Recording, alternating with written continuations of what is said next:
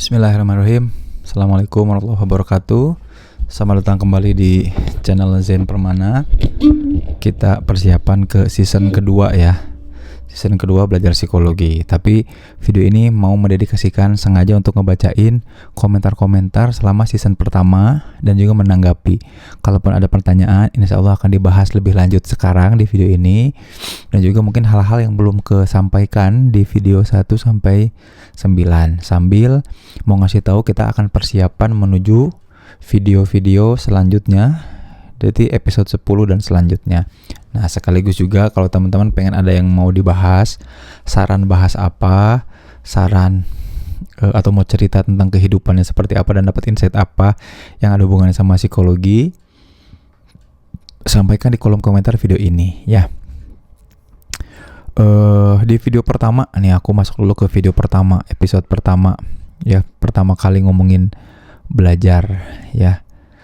Ada yang komentar kayak gini, kalau masuk kuliah psikologi karena prospek karirnya itu kayak gimana ya.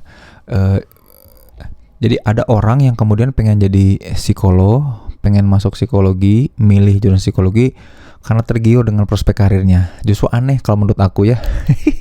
Jadi psikolog, praktisi psikologi itu nggak akan kaya teman-teman.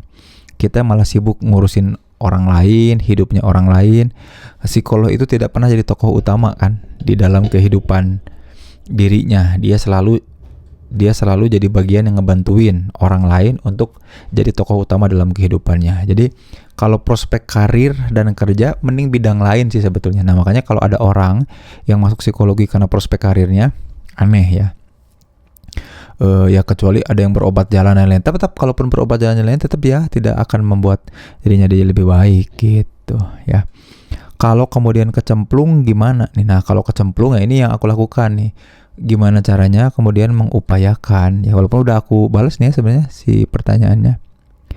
Kalau udah kecemplung ya mau gak mau gimana caranya supaya kita bisa bermanfaat buat orang lain gitu. Terus semoga terus konsisten Kak Pondok Informatika ya, makasih ya Pondok Informatika udah menyimak video yang pertama tuh. Kak Tamara nih ya, saya nangis loh. Dari dulu ya, kata Kak Rakila nih, dari kecil malah pengen banget bisa belajar psikologi, pengen kuliah psikologi, tapi qadarullah nggak bisa karena faktor biaya ya. Alhamdulillah sekarang udah mulai banyak ilmu-ilmu psikologi lewat medsos ya, tapi negatifnya memang kadang jadi self diagnose. Betul, makanya kalau banyak banget ya, terima kasih, tapi aku mau ngapresiasi dulu. Terima kasih teman-teman yang suka ngasih masukan. Kang, videonya editnya lebih bagus dong. Kang, videonya begini dong. Kang, tambah gimmick ini dong, tambah gimmick itu dong.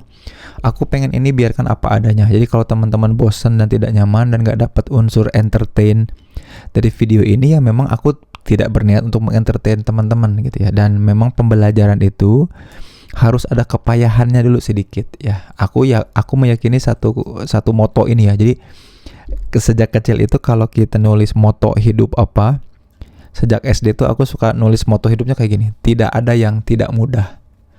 Jadi nggak ada yang nggak mudah. Sorry. Kok jadi tidak ada yang tidak mudah ya? Tidak ada yang mudah. Nggak ada yang mudah. Kalau aku sih selalu berprinsip gitu. Nggak ada yang mudah, tapi nggak ada yang tak mungkin. Ya, tidak ada sesuatu itu yang mudah teman-teman. Ya, termasuk untuk mendapatkan ilmu yang dalam, yang mapan, ya memang harus berpayah-payah gitu ya. Termasuk juga belajar psikologi. Makanya saran aku sih kalau teman-teman pengen pinter, pengen mendalami psikologi lebih lanjut ya kuliah atau belajar yang bener gitu ya, bukan cuma nyemak-nyemak di medsos. Gitu, saran aku sih kayak gitu. Relate dalam frame berbeda tapi latar belakang hampir sama nih ya. Username 19671.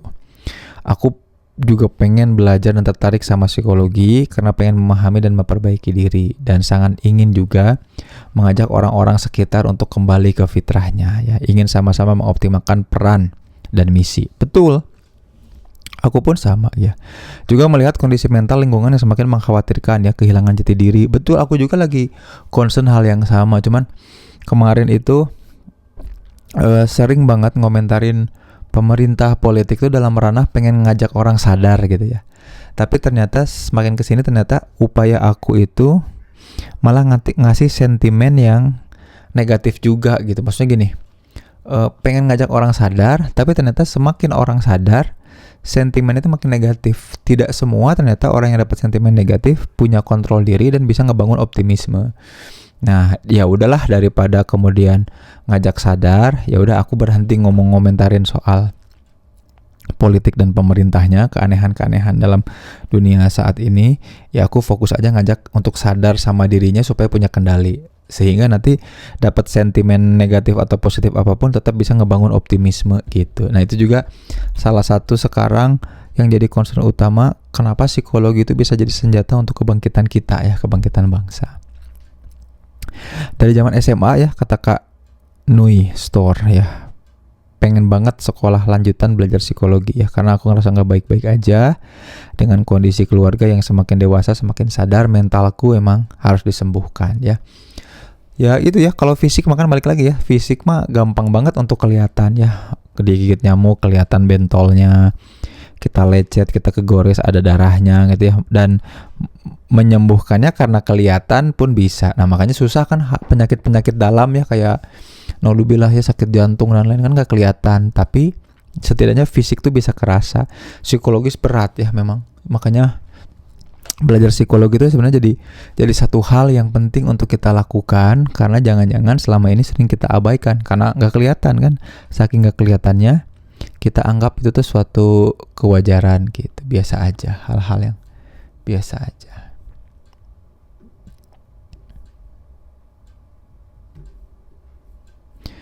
Terus lagi udah ya, terima kasih Kang, semoga berkah ilmunya, kata Ratih Septri. Makasih banyak ya udah komen, sama Kak My Idea, ar.myidea ya, makasih juga udah nyimak. Itu video pertama di episode pertama. Aku masuk ke komen-komen di episode kedua ya, ada sekitar 7 komentar nih.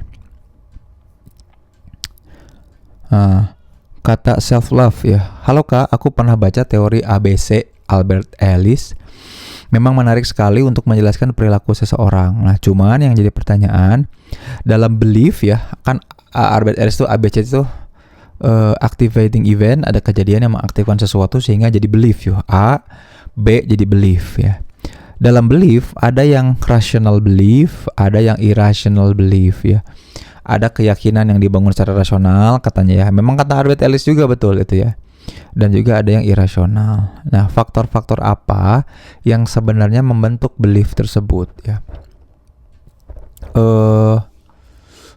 Wah, panjang nih ya kalau mau di sharing ya, karena gini, yang membuat kita kemudian menjadikan itu belief adalah, salah satunya adalah ketika yang pertama adalah ketika itu jadi pola. Ketika kita menemukan pola, oh kita yakin bahwa itu yang memang seharusnya terjadi kan gitu. Pola berulang.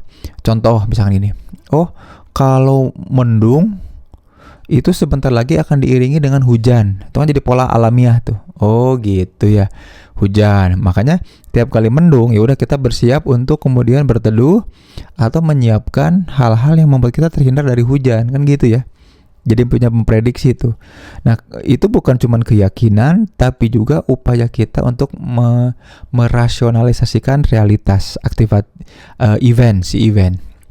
Nah, tapi seringkali event-event itu datang bukan hanya hasil logika berpikir ya, intuisi ya, kayak firasat. Kita punya firasat nggak enak tapi nggak bisa ngejelasinnya apa ya. Itu namanya conscience juga. Dari mana datangnya? Nah, seringkali juga dari hal-hal yang tadi ya, kita nggak sadar tapi tubuh tahu, tapi kita nggak bisa ngejelaskannya secara psikologis dalam kesadaran. Itu juga ada yang namanya conscience ya. Jadi kalau disebut faktor apa, banyak ya faktornya apa aja, tapi habit, kebiasaan, lalu kemudian kesadaran juga ya, apakah kita terbiasa menyadari sesuatu, terbiasa merespon sesuatu dengan sadar, apa sekenanya aja, sejalaninnya aja. Biasanya hal-hal itu yang kemudian jadi penting ngomongin soal belief ya, belief. Makanya belief ada yang bisa diajarin, ada yang memang hasil interaksi sama lingkungan. Ya, kalau diajarin mah ya kayak tadi ya, aku nggak bangun kebiasaan. Kalau interaksi sama lingkungan, nah ya, ini aku syukuri, makanya bikin video-video yang psikologi ini tuh, karena ternyata eh, peristiwa activating event ini justru ngeyakini activating event ini menghadirkan belief yang mapan dalam kehidupan aku, prinsip-prinsip yang baik dalam kehidupan aku, kan keren gitu ya, seru. Ada apotek Unbar ya, beliau 10 hari yang lalu kemudian berkomentar kayak gini. Kayaknya seru kalau ilmu psikologi dikomparasi, nggak usah dikomparasi ya, tapi dielaborate aja. Jangan-jangan kita share the same reality kan gitu ya, gitu. Makasih juga ya udah nyimak nih. Mudah-mudahan suatu saat apotek Unbar itu ini ya, Teh Tian berarti. Ya, dari kemana obrolan waktu mil. Oke. Secara sederhana psikologi ngomongin 3 hal ini. Oh ya, makasih ya Nadifah udah nge-summary-in dan nulisin summary-nya di kolom komentar gitu. Aku juga seneng banget kata Lulu Maknuna ya. 5 Sekawan, Agatha Christie, betul. Lanjut nanti aku suka Sidney Sheldon, John Grisham dan lain sebagainya. Kita masuk ke episode 3, teman-teman. Menatap pikiran ya, waktu episode 3 tuh aku ngomongin menatap pikiran. Buku yang cocok untuk belajar psikologi apa Kang? Kata Fikri Firdaus, yang sederhana dan mudah dipahami. Aku itu ngerasa mudah banget belajar psikologi. Kalau mau serius belajar psikologi itu bacanya buku Profesor Bimo Walgito dari UGM ya, judulnya Psikologi Umum. Itu ringan banget, cuman gak tahu sekarang masih mudah dicari apa enggak bukunya ya. Aku aja waktu itu nemunya di buku-buku loak gitu ya, buku di daerah Keutamaan Istri dekat SMP 43 dekat alun-alun Bandung tuh aku nemu di situ bukunya. Emang agak susah ya dapetin bukunya, tapi nggak tahu kalau penerbitan. Tapi judulnya namanya Psikologi Umum dari Profesor Bimo Walgito ya. Ana Valis bilang terima kasih Kang udah share tentang benefit berpikir kritis ya. Saya mengenal banyak senior-senior yang memiliki kesempatan membaca sejak kecil. Dan apalagi orang tuanya pengajar. Mereka mudah dalam menjelaskan sesuatu, betul. Jadi semakin banyak input dalam bentuk bacaan, semakin mudah juga kita nemuin diksi kalau kita mau mengungkapkan sesuatu. Itu mah logika berpikir sederhana ya, sebab akibat sederhana. Mereka mudah dalam menjelaskan sesuatu, runut dalam menyampaikan gagasan, betul, dan juga tepat dalam mengambil kesimpulan. Nah, saya lagi cari banget bagaimana cara menyampaikan informasi yang kita terima dengan lebih mudah. Apakah tidak terlambat belajar berpikir kritis? Enggak telat banget ya. Justru aku aja ngerasa gini ya. Jadi gini. Aku malah mikir bahwa alamiahnya kita untuk bisa berpikir kritis itu ya umur 30-an. Sebelum itu ya kita akan kesulitan, kecuali orang-orang yang emang beneran pinter, rajin gitu ya. Tapi memang matangnya kita untuk bisa berpikir kritis ya umur 32 lah, 32-an, 32, 35. Jadi kalau 30-an awal udah mulai latihan serius berpikir kritis ya udah bagus banget, jago banget. Kang Zen, saya punya masa kecil yang lumayan mirip nih, meskipun dalam beberapa hal berkebalikannya. Saya sejak kecil suka banget memperhatikan orang lain, ngelihat pola. Nah, tapi saya mah kurang dalam alternatif berpikir gitu. Soalnya sejak kecil nggak memudayakan membaca. Nah, itu tadi input ya, balik lagi. Input itu ngasih kita banyak alternative thinking.